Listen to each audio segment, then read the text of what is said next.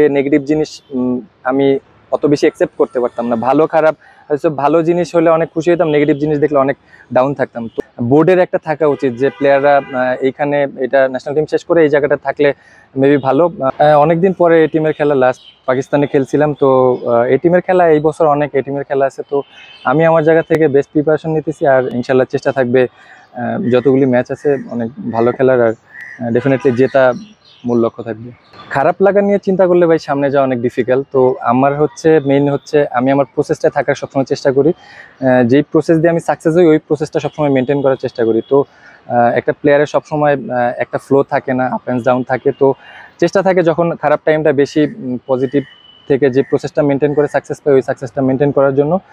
আর ওইভাবে আলাদা করে চিন্তা ভাবনা নেই বেশি। প্রত্যেকটা প্লেয়ারের কাছে আমরা শিখতে পারি। ডেফিনেটলি অনেক ভালো ব্যাটিং করছে যেহেতু দেখছি, তো আমার অনেক ভালো লাগছে, ইন্টারেস্টিং লাগছে। তো আমি চেষ্টা করছি, দেখছি কিভাবে ভালো খেলে।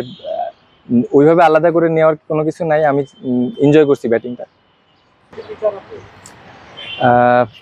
আসলে 3টা টুর্নামেন্ট ভালো খেলছি, এইভাবে আমি খেলবো এভাবে চিন্তা করি না। আমি একটা একটা করে প্ল্যান করছি, একটা একটা করে ভালো খেলার চেষ্টা করছি। হয়তো প্রসেস অনুযায়ী সবকিছু ভালো গেছে, দ্যাটস ওয়াই 3টা টুর্নামেন্টই ভালো হয়েছে। ডেফিনেটলি ন্যাশনাল টিমের জন্য প্রিপেয়ার্ড হচ্ছি দেখেই তো ভালো করতে পারছি। ডোমেস্টিকে যদি আপনি ডোমিনেট করে না খেলতে পারেন তাহলে তো ইন্টারন্যাশনাল আপনার জন্য অনেক ডিফিকাল্ট হবে। সো ইন্টারন্যাশনাল ভালো খেলতে হলে আপনার ডোমেস্টিকে ডোমিনেট করেই খেলতে হবে। তো ওই প্রিপারেশনই নিচ্ছি। আসলে স্কিল ওয়াইজ গেলে তো ছোট ছোট কিছু সিলি চেঞ্জ করতেই হবে আপনার, কারণ আগে হয়তো স্পিন বলে স্ট্রাগল করে হয়তো রান করতে হইতো। এখন ওই জায়গাটা ইমপ্রুভ করার চেষ্টা করছি যে কিভাবে ডোমিনেট করে খেলা যায়, টার্নিং উইকেটে কেমন, স্ট্রিক উইকেটে কেমন। তো এই ছোট ছোট জিনিসগুলি হয়তো এখন হয়তো ইমপ্রুভ করছি দেখে হয়তো ভালো খেলতে পারতেছি, যেই কারণে আমার কাছে একটু ইজি লাগতেছে। তো চেষ্টা করছি যেগুলি ল্যাকিংস ছিল ওগুলিতে কাজ করে যেন ডোমিনেট করে খেলা যায়। আমি মনে করি অবশ্যই 100% হওয়া উচিত। আমাদের আছে হয়তো স্পেসিফিক বোর্ডের একটা থাকা উচিত যে প্লেয়াররা এইখানে এটা ন্যাশনাল টিম শেষ করে এই জায়গাটা থাকলে মেবি ভালো। ইন্ডিভিজুয়াল আমার মনে হয় প্রত্যেকটা প্লেয়ারই আছে, কিন্তু বোর্ড থেকে যদি এরকম থাকে তাহলে ডেফিনেটলি অনেক আমাদের লোকাল প্লেয়ারদের জন্য অনেক এটা ভালো একটা, কারণ ওদের সবকিছু শেষ করার পরেই কিন্তু ওরা কিন্তু যখন ন্যাশনাল টিম থেকে বাদ পড়ে ওদের এরকম ওদের ইয়ার আন্ডারে থাকে। তো আমাদের থাকলে অবশ্যই এটা ভালো। আমার কাছে মনে হয় আলহামদুলিল্লাহ, কারণ আমি ধরেন 2019-20 সালে যেমন ছিলাম এখন তো 25-এ আইসা ওরকম থাকা উচিত না।